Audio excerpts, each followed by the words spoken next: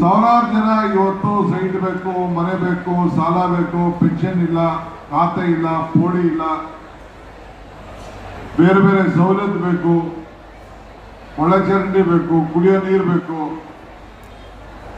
ಮನೆ ಮುಂದೆ ಕಾಂಕ್ರೀಟ್ ಬೇಕು, ರಸ್ತೆ ಹಾಳಾಗಿದೆ, ಗುಂಡಿ ಮುಚ್ಚೋ ಗುಂಡಿ ಆಗೋಗಿದೆ.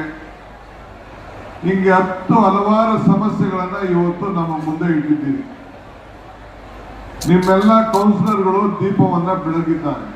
ಏನ್ ದೀಪ ಬೆಳಗಿದ್ದಾರೆ ಅಂದ್ರೆ, ಚನ್ನಪಟ್ಟಣ ಕತ್ತಲೆಯಲ್ಲಿದೆ, ಬೆಳಕು ಆಗ್ಬೇಕು ಅಂತೇಳಿ ಎಲ್ಲ ಕೌನ್ಸಿಲರ್ಗಳೆಲ್ಲ ದೀಪವನ್ನ ಬೆಳಗಿದ್ದಾರೆ. ಚನ್ನಪಟ್ಟಣವನ್ನ ಅಭಿವೃದ್ಧಿಯ ಪಟ್ಟಣ ಮಾಡಬೇಕು ಅನ್ನೋ ದೃಷ್ಟಿಯಿಂದ ಅವರು ನಾವೆಲ್ಲ ಸೇರಿ ಕೈ ಜೋಡಿಸ್ಲಿಕ್ಕೆ, ಈ ಕೈಯನ್ನ, ನಿಮ್ಮ ಕೈಗಳನ್ನ ಬಲಪಡಿಸಲಿಕ್ಕೆ ನಾವಿಲ್ಲಿಗೆ ಬಂದಿದ್ದೇವೆ.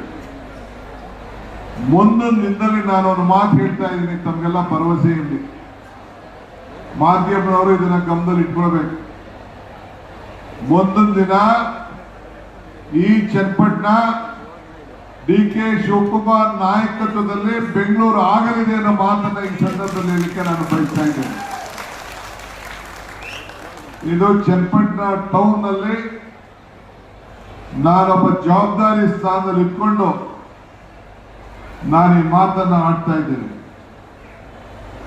ಚನ್ನಪಟ್ಟಣಕ್ಕೆ ಹೊಸ ಚೈತನ್ಯವನ್ನು ತರಬೇಕು ಅಂತ ಹೇಳಿ ಈ ಪ್ರಯತ್ನವನ್ನ ನಾನು ಮಾಡ್ತಾ ಇದ್ದೇನೆ. ನಿಮ್ಗೆಲ್ಲ ಯಾರೋ ಬಂದು ಈ ರೀತಿ ನಿಮ್ಮ ಮನೆ ಬಾಗಿಲಿಗೆ ನಮ್ಮ ಅಧಿಕಾರಿಗಳನ್ನ ಕಳಿಸಿ ಎದ್ದೇಳಿ ಬನ್ನಿ, ನಿಮ್ಮ ಸಮಸ್ಯೆಗಳು ಹೇಳಿ, ಅದಕ್ಕೆ ಪರಿಹಾರವನ್ನ ಹುಡುಕೊಳ್ಳಿ ಅಂತ ಹೇಳಿ ಇಲ್ಲಿವರೆಗೂ ಯಾರು ಕೂಡ ನಿಮ್ಮ ಹತ್ರ ಮಾಡಿರಲಿಲ್ಲ ಅಂತ ನಾನಂತೂ ಭಾವಿಸ್ಕೊಂಡಿದ್ದೇನೆ. ಇವತ್ತು ಕನಕಪುರದಲ್ಲಿ ಇಂತಹ ಪ್ರಯತ್ನವನ್ನ ಮಾಡಿ ಅನೇಕ ಮಾದರಿಯಾದಂತ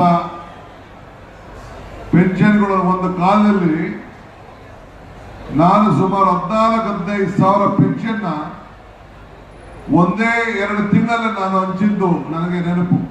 8 ವರ್ಷದಿಂದ ಈ ರೀತಿ ಸರ್ವೆ ಮಾಡಿಸಿ